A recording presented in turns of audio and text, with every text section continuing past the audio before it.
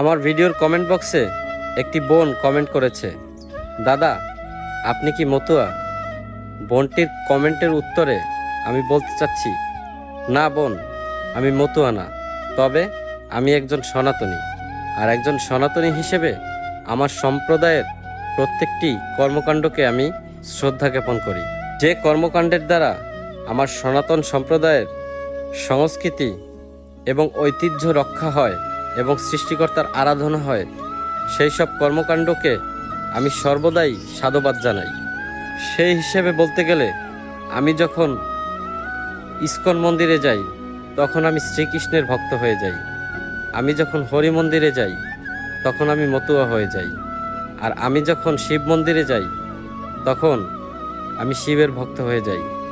আমি এটা বিশ্বাস করি যে ধর্মীয় প্রত্যেকটি কার্যক্রমই সৃষ্টিকর্তার জন্য করা হয়, আর সৃষ্টিকর্তা এক এবং অদ্বিতীয়। তাই সৃষ্টিকর্তার উদ্দেশ্যে করা প্রত্যেকটি কার্যক্রমকেই আমি আমার অন্তরের অন্তরস্থল থেকে ভালোবাসি। আমি আমার ধর্মকে ভালোবাসি, আমার সম্প্রদায়কে ভালোবাসি। আর আমি আমার ধর্মকে ভালোবাসি বিদায় আমি অন্য ধর্মকেও শ্রদ্ধা জানাই।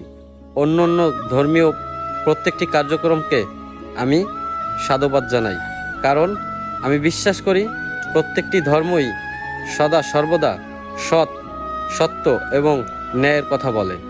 আশা করি বোন আপনি আপনার উত্তরটি পেয়ে গেছেন। ধন্যবাদ আপনাকে কমেন্ট করার জন্য।